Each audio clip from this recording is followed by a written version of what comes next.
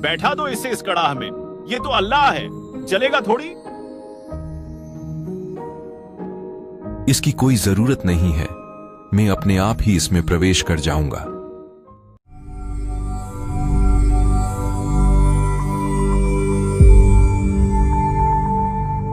दिल्ली के बादशाह सिकंदर लोदी के जलन के रोग को ठीक करने के बाद बादशाह सिकंदर लोदी कबीर साहिब को काशी से दिल्ली ले आता है।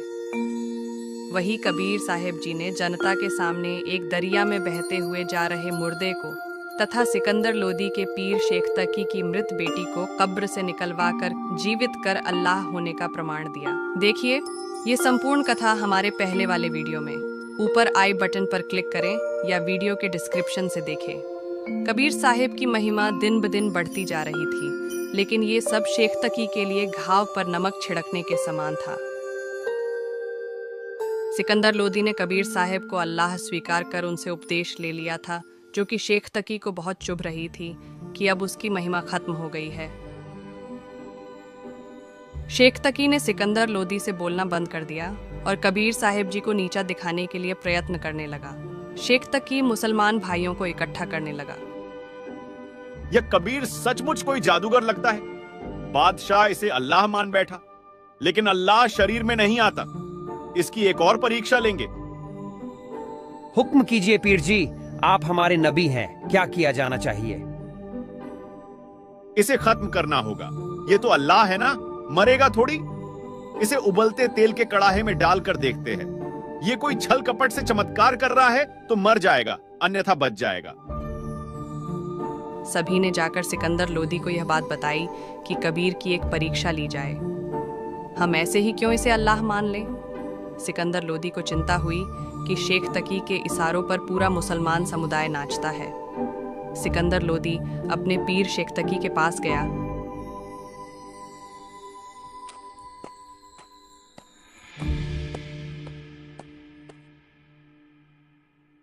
हे पीर जी, अब क्या चाहते हैं आप? कबीर साहिब ने 3-3 मुर्दों को अपनी आंखों के सामने जीवित करके अल्लाह होने का सबूत दिया है।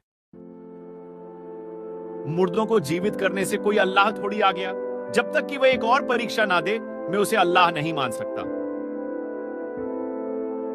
अब कैसी परीक्षा चाहते हो आप? उसे उबलते तेल के कड़ाह में बैठकर यह साबित करना होगा कि वह अल्लाह की जात है। वह अल्लाह ही है तो जल थोड़ी जाएगा।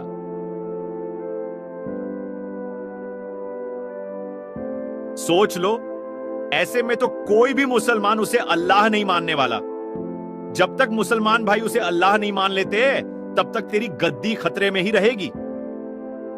ऐसा मत कीजिए पीर जी, हम जरूर कबीर जी से इसके बारे में बात करेंगे। सिकंदर लोदी धर्म संकट में फंस गया। मायूस होकर अपने कक्ष में बैठा था। क्या हुआ बादशाह, अब क्यों परेशान बैठे हो? शायद आपके पीर जी अभी भी आपसे नाराज हैं। हे अल्लाह, आप तो जानी जान हैं।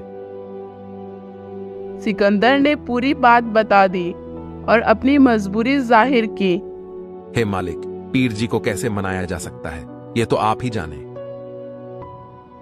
बादशाह, आपके पीर जी की समस्या बन गया हूं मैं, क्योंकि मैं हिंदुओं और मुसलमानों में सामंजस्य स्थापित करना चाहता हूं, जबकि उसका काम मात्र नफरत फैलाना है। लेकिन चिंता की कोई बात नहीं है। आप अपने पीर जी को बोल देना कि मैं इस शर्त के लिए तैयार हूं और अपने इस कार्यक्रम की तैयारी करें।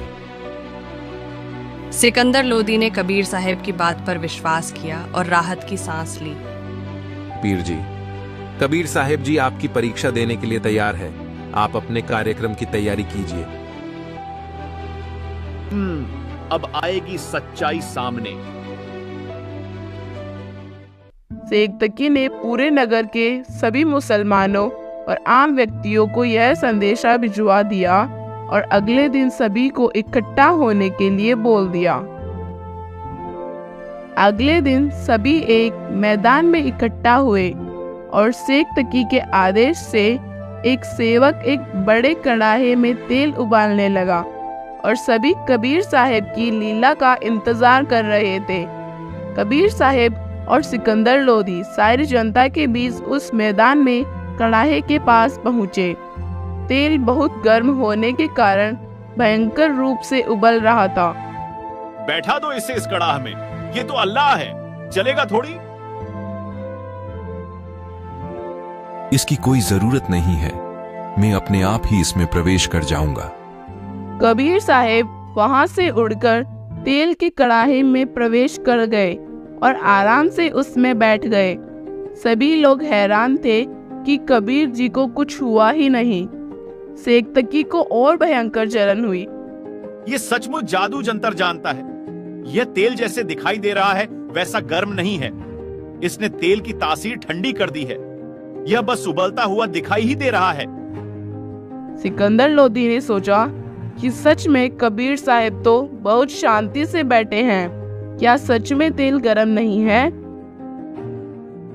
देखे, मैं देखता हूं कि यह गर्म है या नहीं। बादशाह, इस नादान शेख तकी की बातों में मत आना। इस तेल के तपन का कोई अंदाजा नहीं है। इसमें अंगुली डालते ही आपकी अंगुली नहीं रह पाएगी। सिकंदर लोदी को विश्वास नहीं हुआ और सोचा कि कबीर साहब जी भी तो है इसमें, तो मेरी अंगुली को क्यों आँच आएगी। कबीर साहब के मना करने पर भी उसने अपनी अंगुली तेल के कड़ाहे में डाल दी। बादशाह की अंगुली पूरी तरीके से जल, हड्डी भी काली पड़ गई। भयंकर दर्द से वहीं पर बेहोश हो गया। मंत्रियों ने बादशाह पर जल छींटे मारे और होश में लाना चाहा। बादशाह को होश सा आया, लेकिन दर्द से कर्राहट कर फिर बेहोश हो गया। कबीर जी आराम से बाहर आ गए, लेकिन बादशाह दर्द के मारे बेसुध पड़ा था। कबीर साहब जी ने बादशाह की अंगुली पकड़कर अंगुली को वैसा ही पूरा कर दिया। बादशाह को होश आ गया। लोगों ने कबीर साहब जी के जयकारे लगाए और कई लोगों ने उनसे सद्भक्ति ग्रहण की।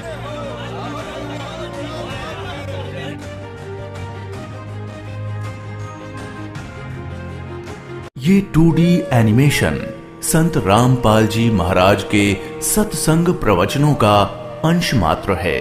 संपूर्ण आध्यात्मिक ज्ञान प्राप्त करने के लिए अवश्य सुनिए संत रामपाल जी महाराज जी के मंगल प्रवचन।